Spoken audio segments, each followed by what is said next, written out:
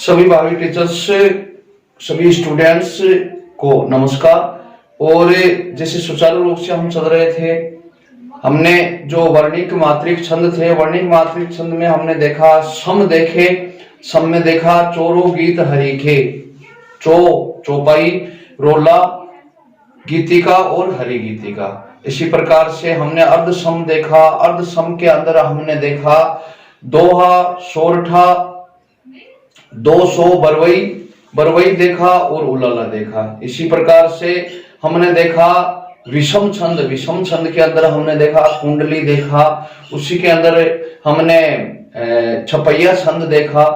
तो सम, अर्ध सम और विषम, ये हमने मात्रिक छंदों को देखा। और मात्रिक छंदों के साथ साथ में अब चलते हैं हम वर्णिक छंदों में। वर्णिक छंद कौन से होते हैं? जिसमें वर्णों की गणना होती है। तो चलो, स्वागत सभी का। लीजिए, वर्णिक छंद में जो पहला छंद है उसका नाम है द्रुत विलंबित छंद है। द्रुत विलंबित छंद के जो लक्षण है, देखो, प्रत्येक चरण में इसमें 12 वर्ण होते हैं। प्रत्येक चरण में 12 वर्ण होते हैं और इसके अंदर नगण, वगण, भगण और रगण के रूप में ये लिखे जाते हैं। 12 वर्णों के कारण यह है जगती जाति का, इंपॉर्टेंट बात है, यह जगती जाति का छंद माना जाता है। यति प्रत्येक चरण के इसके अंत में आती है। यह लक्षण किसके? द्रुत विलंबित के 12 वर्ण होते हैं और इसके जो यति लगती है वो छंद के अंत में लगती है। चलो अब देखते हैं इसके बारे में। दिवस का अवसान समीप था। 1 2 3 4 5 6 7 8 9 10 11 और 12, ये 12 वर्ण हो गए। और अब देखते हैं नगण, भगण और भगण कैसे आए इसके अंदर। देखो, लघु, लघु, लघु, यानी जिसमें सारे लघु होते हैं वो क्या हो गया? नगण हो गया। और भा, न, से, गुरु, लघु और लघु, भा, न, से, यानी भगण हो गया। इसी प्रकार से ये भी गुरु, लघु और लघु, भा, न, से, ये भी भगण हो गया। और जो रगण है, रगण में जैसे गुरु है, लघु है और गुरु हो गया। खड़े का मतलब ये इस प्रकार से हम इसके बारे में जो द्रुत विलंबित छंद है, द्रुत विलंबित छंद के अंदर याद रखने वाली बात कौन सी? 12 वर्ण होते हैं और इसके अंदर कौन कौन से गण होते हैं, कौन कौन से गणों के रूप में लिखा जाता है? तो नगण, भगण और भगण और रगण। लो जी, वेरी इजी। चलो, मेरे हिसाब से आया होगा समझ में। 12 वर्ण हो गए और ये इसको जगती जाति का, ये इंपॉर्टेंट बात है, ये जगती जाति का छंद माना जाता है। और इसके प्रत्येक चरण के अंत में यहां पर जैसे दिवस का अवसान समीप था, गगन था कुछ लोहित तो हो चला, तरु शिखा पर थी अब राजती, कमलिनी कुल वल्लभ की प्रभा, यानी अंत में इसकी यति लगती है। क्योंकि ये वर्णिक छंद है, इसमें इसलिए इसमें वर्णों की गणना की जाती है। चले नेक्स्ट में। देखो, नेक्स्ट आता है अपना मालिनी। मालिनी छंद, मालिनी छंद की विशेषता देखो, इसमें 15 वर्ण होते हैं। क्योंकि वर्णिक छंद देख रहे हैं, 15 वर्ण होते हैं। 8 वर्ण और 7 वर्ण पर इसमें यति लगती है। यह वर्णिक समय छंद है। जो मालिनी छंद है यह वर्णों में, जिस प्रकार से हमने मात्रिक छंदों में देखा था, चौपाई, रोला, चोरो, गीतिका और हरि गीतिका, जिस प्रकार से इसमें देखा था, इसी प्रकार से ये वर्णिक छंदों में ये सम छंद है। कौन सा? मालिनी छंद, जिसके अंदर 15 वर्ण होते हैं। यह अति सक्रिय जाति का छंद है। इंपॉर्टेंट बात आ गई। निम्नांकित में से कौन सा अति सक्रिय जाति का छंद है? तो देखिए, यह जो मालिनी छंद है, जिस प्रकार से ये जगती जाति का छंद था, इसी प्रकार से मालिनी छंद है, यह है अति सक्रिय जाति का छंद। और गणों का क्रम इसमें इस प्रकार से होता है। कैसे? नगण, नगण, मगण, यगण और यगण। चलो देखते हैं इसका प्रमाण। 15 वर्ण हो गए मालिनी में, द्रुत विलंबित में 12 वर्ण होते हैं। अब लीजिए, 1 2 3 4 5 6 7 और 8, 8 और 7 पर यति होती है। 1 2 3 4 5 6 7 और 8, 8 हो गए। 1 2 3 4 5 6 और 7, यानी 8 + 7 पर इसमें क्या हो गई? यति हो गई। और अगर हमें ये देखना है नगण, देखो, लघु, लघु और लघु, तीनों जिसमें गण जो गण के अंदर 3 वर्ण होते हैं, तीनों लघु आ गए, इसका मतलब ये आ गया नगण। 2 नगण आ गए इसमें, देखो लघु लघु और लघु, 2 नगण आ गए। और बाद में क्या आ गया, मा तारा, यानी मगण के अंदर ये तीनों ही गुरु होते हैं, गुरु गुरु। इसी प्रकार से बाद में आ गया क्या, यगण, ये माता, ये माता, लीजिए इसके अंदर लघु गुरु और गुरु, ये माता यगण, और ये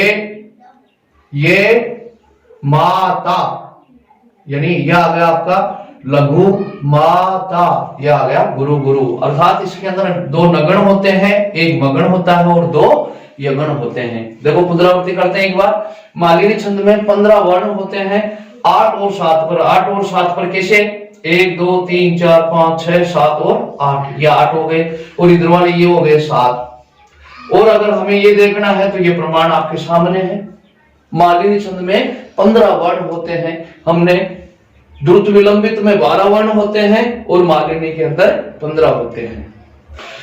तीसरे नंबर में आता है अपने वसंत तिलका। वसंत तिलका वर्णिक छंद है और जिसमें 14 वर्ण है, ध्यान रखने की बात है, 14 वर्ण है, सकरी जाति का ये वर्णिक सम छंद है।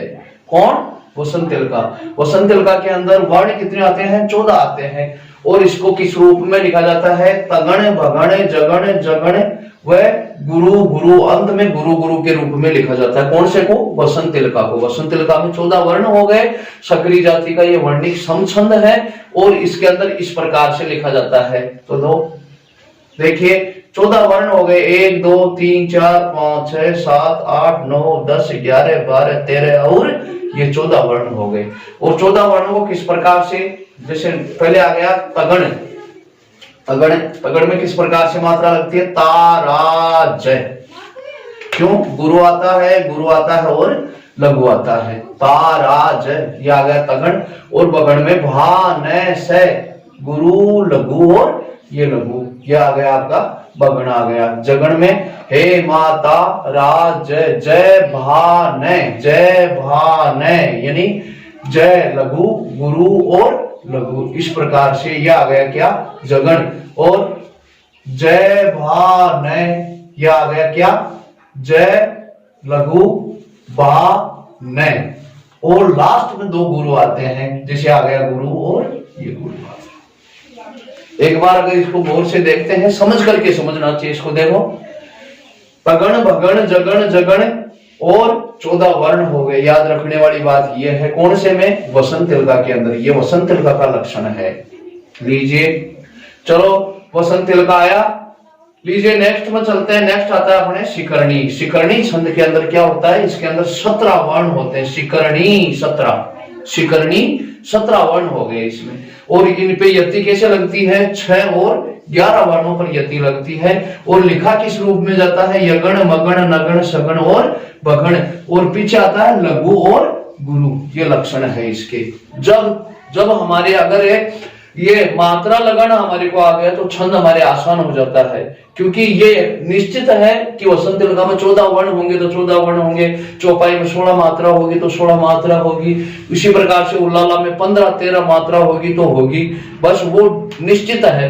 इसी प्रकार से हमें आना चाहिए ये मात्रा लगाना, और कौन सा तगड़ है, कौन सा जगण है, कौन सा भगण है, क्योंकि उस सूत्र के अनुसार बस लास्ट में हमारे को ये याद करना रहता है। 6 और 11 वर्णों पर इस पे यति लगती है। चलो आ जाओ इसी प्रकार से, जैसे 1 2 3 4 5 6 7 8 9 10 11 12 13 14 15 16 और ये हो गया 17। 17 का मतलब ये हमारा शिकरणी छंद हो गया। और शिकरणी में यगण में लगाओ, ये माता लघु गुरु और गुरु। और मगन में तीनों के तीनों आ गए, गुरु गुरु और गुरु आ गए। बाद में आगे कौन आ गया, नगण आ गया, तीनों के तीनों लघु आ गए, नगण। बाद में कौन आ गया, यह आ गया सगण। ये माता राज भान स ल गा लघु लघु और गुरु। देखो कितना आसान हो गया, लेकिन एक बार आपको वो चीजें देखनी पड़ेगी जो शुरू में बताई थी। जो शुरू वाले वीडियो में आप खोल के देखना, उसके अंदर मात्रा ए ई उ री री चंद्र बिंदु पे ये लघु होती है, बाकी का कुटुंब बच गया वो दीर्घ में आता है। और संयुक्ताक्षर के जो जस्ट आगे का है उसके दीर्घ मात्रा लगती है, चाहे रीस्व हो लेकिन उसके दीर्घ मात्रा लगती है।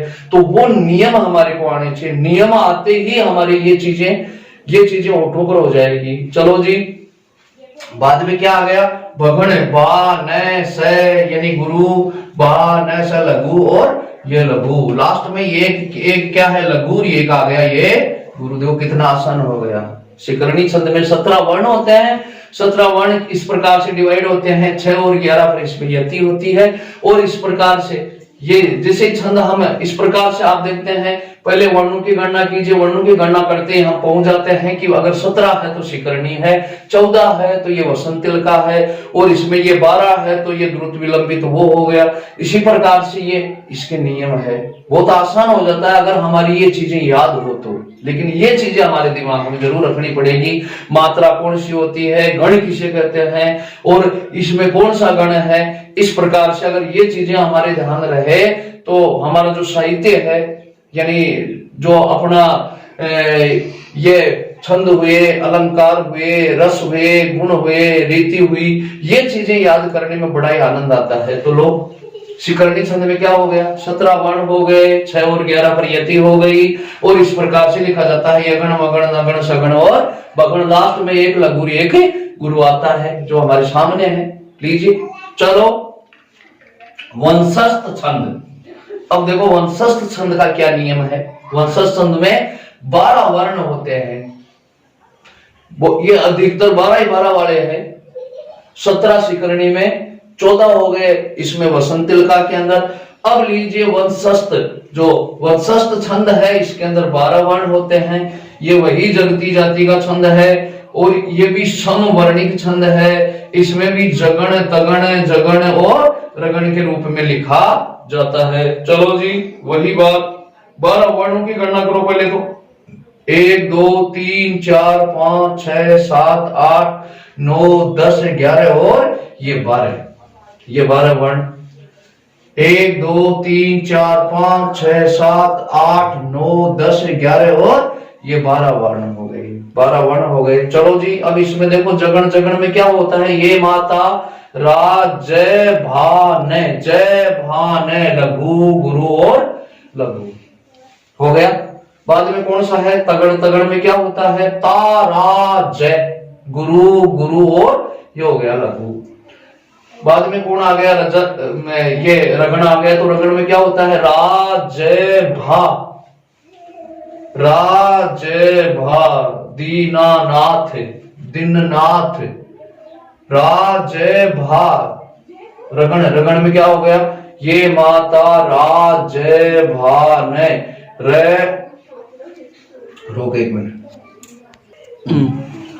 हाँ लीजिए क्या आ गया, जगण आ गया, तगण आ गया, और जगण, जगण में क्या आ गया, जय भान, जय भान, जय भान का मतलब जय भान का मतलब आ गया, जय लघु आ गया, भा और न जगण आ गया, और बाद में लास्ट में क्या है, रगण आ गया। तो रगण में क्या आ गया, ये माता राजय भा, राजय भा, राजय भा, ये आ गया सब। इस प्रकार से इस रूप में इसको लिखा जाता है। कौन से को, वंशस्थ छंद को। इसमें 12 वर्ण होते हैं, और ये जगती जाति का समवर्णिक छंद है, और ये इस प्रकार से जगण तगण जगण रगण के रूप में लिखा जाता है।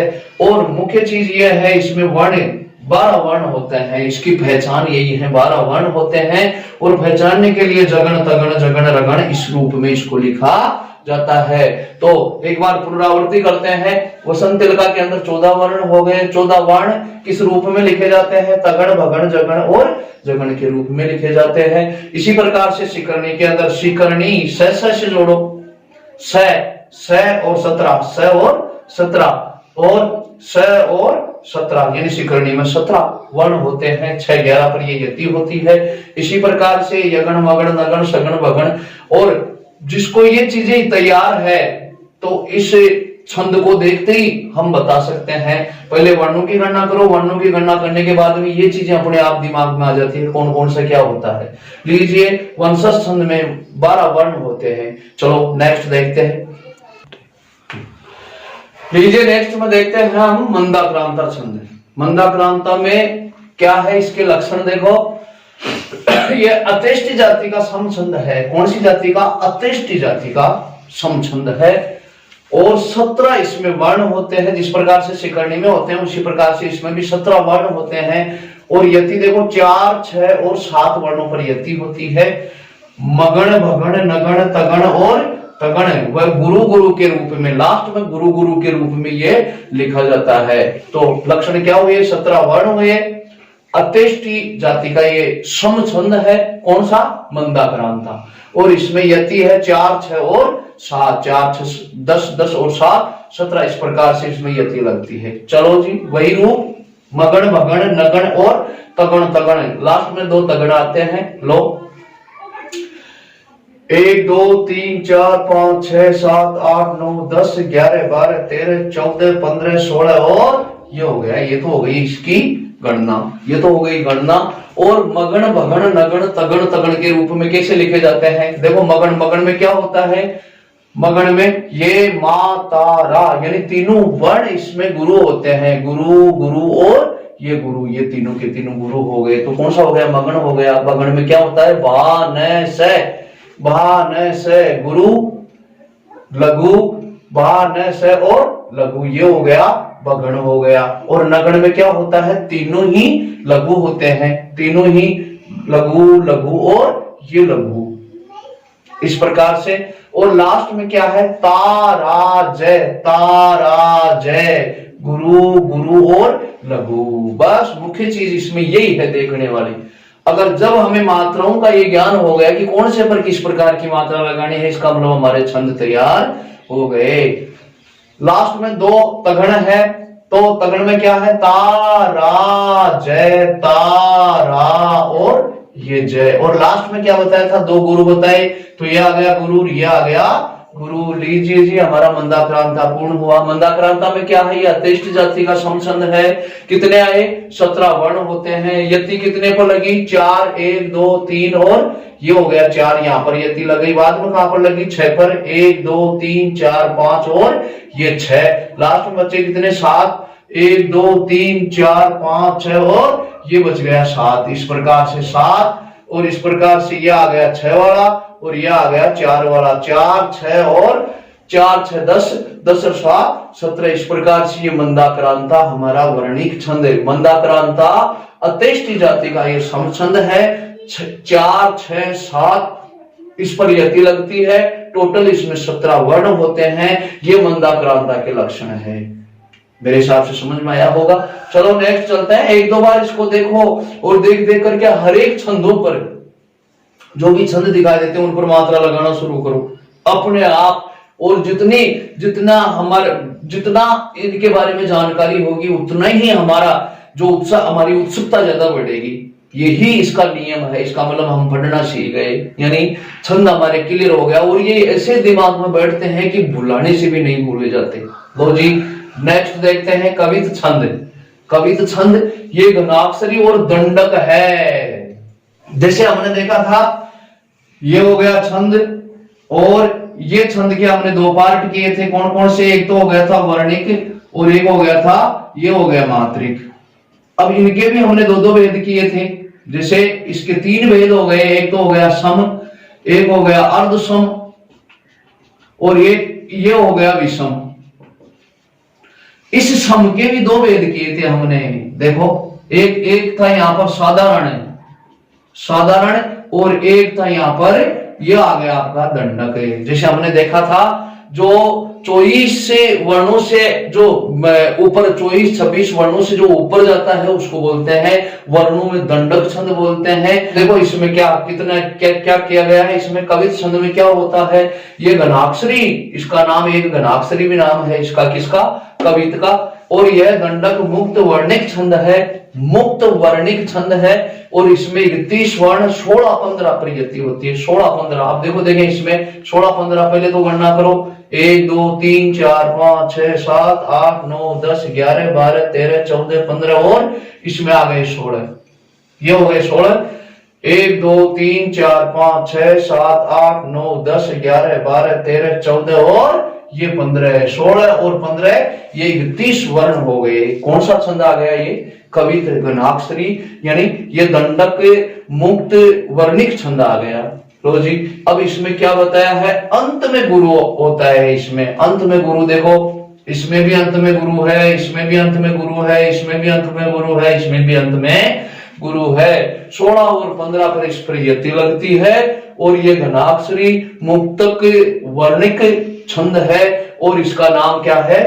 कवित छंद इसको बोलते हैं। लो जी, एक बार दोबारा एक बार पुनरावृत्ति करते हैं। मंदाक्रांता में क्या होता है? 4 6 7 यानी 17 वर्ण वर्णिक ये सम छंद है और ये अत्यष्टि जाति का सम छंद है। कौन सा? मंदाक्रांता। इसमें हमने देखा मगन भगन नगन तगन तगन और लास्ट में 2 गुरु होते हैं। इसी प्रकार से लास्ट में इसमें हमने देखा जो कवित है, कवित के अंदर क्या होता है? 16 और 15 पर इसमें यति होती है और ये दंडक मुक्त वर्णिक छंद है। कौन सा? कवित छंद। चलो इसी का एक पार्ट और देखते हैं, मनहरण कैसे। लीजिए, कवित छंद का ही एक पार्ट है जिसका नाम है मनहरण। ये कवित का ही प्रसिद्ध भेद है एक। यह दंडक वर्ण वृत्त, प्रत्येक चरण में इसके वही 31 वर्ण होते हैं और यह कवित का प्रसिद्ध भेद है। 8 8 8 और 7 वर्णों पर इस पे ये यति होती है और अंतिम इसमें एक गुरु होना अति आवश्यक है। लीजिए चलो देखते हैं। 8 8 8 और लास्ट में 7, तो इसकी गणना कैसे करेंगे? देखो वही बात, 31 होने चाहिए। 1 2 3 4 5 6 7 8 9 10 11 12 13 14 15 और 16। 1 2 3 4 5 6 7 8 9 10 11 12 13 14 और 15। 16 और 15 यानी 31 हो गया। अब इसमें क्या है कि 8 8 वर्णों पर, अब 8 8 वर्ण देखो अलग अलग कीजिए वर्णों को। 1 2 3 4 5 6 7 और ये 8, ये 8 का, ये 8 का जोड़ा बन गया है ना। इसमें देखो 1 2 3 4 5 6 7 और ये 8 पर यति। तीसरा 8, 1 2 3 4 5 6 7 और ये 8 का ये हो गया। 1 2 3 4 5 6 और ये लास्ट वाला ये 7। लो जी, 8 8 8 प्लस 7 इन वर्णों पर इस पे यति लगती है। 31 वर्ण होता है और यह कवित का ही भेद है जिसका नाम क्या है? मनहरण छंद है। तो मेरे हिसाब से आपके समझ में आया होगा आज हमने क्या क्या देखा। हाँ, तो आज हमने वर्णिक छंदों को देखा और वर्णिक छंदों में केवल और केवल रह गया सवैया। और हमने कौन कौन से देखे एक बार रिपीट करते हैं, वही अपनी रीति एक बार रिपीट करते हैं। एक बार उसको देखा, एक बार उसको प्रयोग करके देखा और एक बार अगर आपने प्रयोग किया उस पे, आपने एक बार देख लिया उसको और एक बार आपने उसको उस पर ये मात्रा या वर्ण ये लगा करके अगर एक बार देख लिया तो मेरे हिसाब से उसको भूलेंगे नहीं। तो चलो आज हमने कौन कौन से देखो द्रुत विलंबित देखा जिसमें 12 वर्ण होते हैं, मालिनी देखा जिसमें 15 वर्ण होते हैं, वसंत तिलका देखा जिसमें 14 वर्ण होते हैं, शिकरणी देखा जिसमें 17 वर्ण होते हैं, मंदाक्रांता देखा जिसमें 17 वर्ण होते हैं। लेकिन 17 वर्ण किस प्रकार से? 4 6 और 7 पर इस पर यति लगती है। इस प्रकार से वंशस्थ छंद देखा हमने जिसमें 12 वर्ण होते हैं। 12 वर्ण वाले ये 2 हो गए, एक तो द्रुत विलंबित और एक वंशस्थ, ये छंद हो गया। अब लो जी कवित के देखे हमने देखा जो कवित छंद है उसको देखा। तो कवित छंद में 31 वर्ण होते हैं, 16 15 31 और इसी का एक पार्ट है, इसी का एक भाग है जिसको मनहरण छंद, जिसके अंदर 8 8 8 और 7 पर यति होती है। 8 से 24 24 और 7 31। इस प्रकार से हमने आज वर्णिक छंदों को देखा और वर्णिक छंदों के अंदर अब रहा है हम देखेंगे सवैया को। जो सवैया है, सवैया के जो जितने भी भेद है, सवैया के 11 भेद है, एक भी नहीं छोड़ेंगे। जितने भी, जिस प्रकार से हमने मात्रिक छंदों को देखा, उसी प्रकार से वर्णिक छंदों में भी जड़ से लेंगे और जड़ से लेकर के इनके जो भी लक्षण है, जो भी उदाहरण है, वो सारे के सारे क्लियर करेंगे। और मुझे आशा ही नहीं, मुझे पूर्ण विश्वास है कि आपको जरूर एक दो बार देखोगे तो कोई ऐसी चीज नहीं रहेगी जो आपसे अलग हो जाए। क्योंकि अगर किसी चीज की जड़ देखते हैं तो बाद में उसकी साइड नहीं रह पाती कि इसमें क्या होगा, इसमें क्या होगा। इसका मतलब ये होता है कि हम किसी चीज को ऊपरी तौर पे देख लेते हैं। जब वो ऊपरी तौर पर देखा और अब बाद में उसकी गहराई में जाते हैं तो वो चीज हम नहीं देख पाते हैं। ये वर्णिक छंद आप सभी के ये समझ में आया होगा। और कल अगली क्लास में हम देखेंगे सवैया, और सवैया के कितने भेद होते हैं, एक भी नहीं छोड़ेंगे। जड़ से लेकर के पूर्णतया सवैया के जो 11 भेद हैं उनको हम कल की क्लास में देखेंगे।